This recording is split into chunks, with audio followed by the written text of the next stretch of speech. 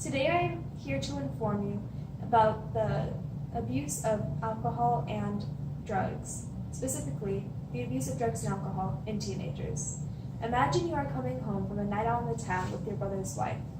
As you enter your brother's home, you notice how quiet and how dark the house is. You look into the driveway to see that your brother's car is still there. You walk through the house calling your brother's name, but he does not return your calls. Your heartbeat starts getting faster because you know something is wrong. You see that the guest bathroom door is open and the light is turned on. You walk in to see your brother is laying on the floor. You go to shake his arm, but remove your hand from his arm because of how cold his skin is. This is a very sad experience that a lot of people have to endure.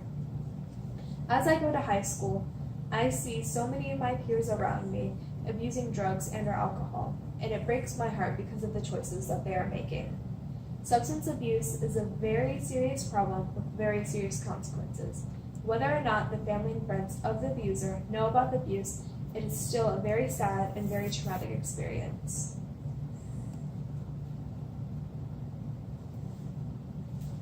Now let us discuss the heartbreaking truth as to why so many teenagers make the choice to abuse drugs and alcohol. With drugs and alcohol so readily available and teens so easily persuaded, drug and alcohol abuse is a lot more popular in teens than you would want to hear. As Sarah Bell states in her article, Mental Health in Young People, she says that a traumatic experience such as a car crash, hurricane, loss of a loved one, or physical abuse can trigger a mental illness or substance abuse. This means that if you see someone in need and you know their situation, that you need to get them the help that they need. As Sarah Bell states in her other article, Why Does Peer Pressure Influence Teens to Try Drugs? That teenagers are more likely to ignore the risk in favor of the reward. This means that teenagers will only think about the fact that you'll feel at peace and that you'll be able to escape the world, that you'll be able to escape from your problems and you won't have to deal with them. They will not think about the overdose, high chance of sexual assault, and the fact that they will most likely get addicted. That was from paragraph 1. In Love and Drugs and Violence, from the National Institute on Drug Abuse for Teenagers, it is stated that people who abuse drugs and alcohol are more likely to mentally or physically abuse another person. This means that if someone is abusing drugs or alcohol and they mentally or physically abuse another person, then that person may start to abuse drugs or alcohol, which can then lead them to abuse the person mentally or physically. This means that this couple is in a never-ending cycle of abuse. Overall trauma of any kind can trigger someone to cope by using drugs or alcohol, which can lead to this cycle, which is really hard to get out of. Now that I've told you about the cause, I will now inform you about the effect. You hear your entire life that abusing drugs and alcohol is terrible and it makes you homeless and blah, blah, blah, blah, blah. But why? With the technology that we have today, anyone can access information about drugs and alcohol. So the answer to this is pretty easily found. From drug overdoses kill more than cars, guns, and falling, the National Institution on Drug Abuse for Teenagers, it is stated that according to the CDC, 105 people die from overdosing in the United States in one day. Paragraph 3. This means that in 1 year, if there's about 382 billion people living in the United States, that 38,325 people die from overdosing in 1 year.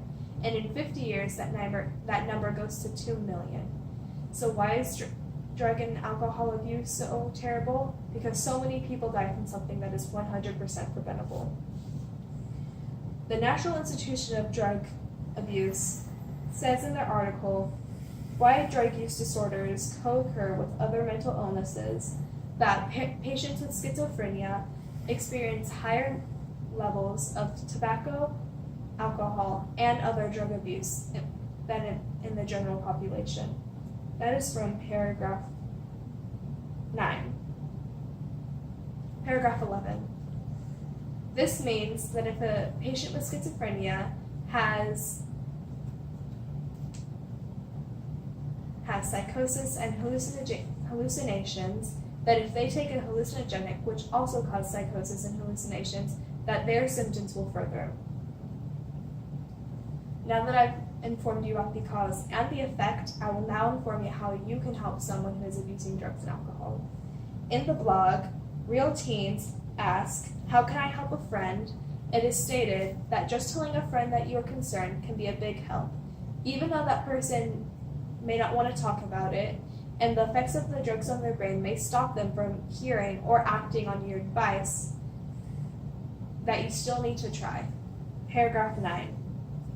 This means that if you see someone who's abusing drugs or alcohol, that you need to try super hard with all your might to try to stop them or just to get them help, and that just showing a little bit of concern and maybe giving them a hug can help them. From Addiction Resource, it is shown that experiencing the appreciation of another living thing can add to a child's sense of self-worth, in turn decreasing a child's chances in giving into peer pressure. Paragraph 3. This means that having a household pet around can really help if you are afraid that your child will give in to peer pressure. If a child's parents both work, this is also a really good solution. In conclusion, substance abuse is a very big problem, but is very preventable and has a simple solution.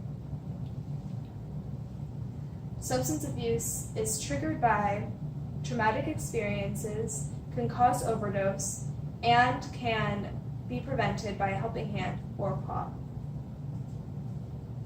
Being a friend means that you have someone's back.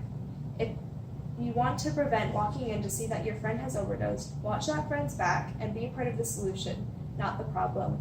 Even though you may be one small person in this world, you can cause a really big difference to someone who's abusing drugs and alcohol.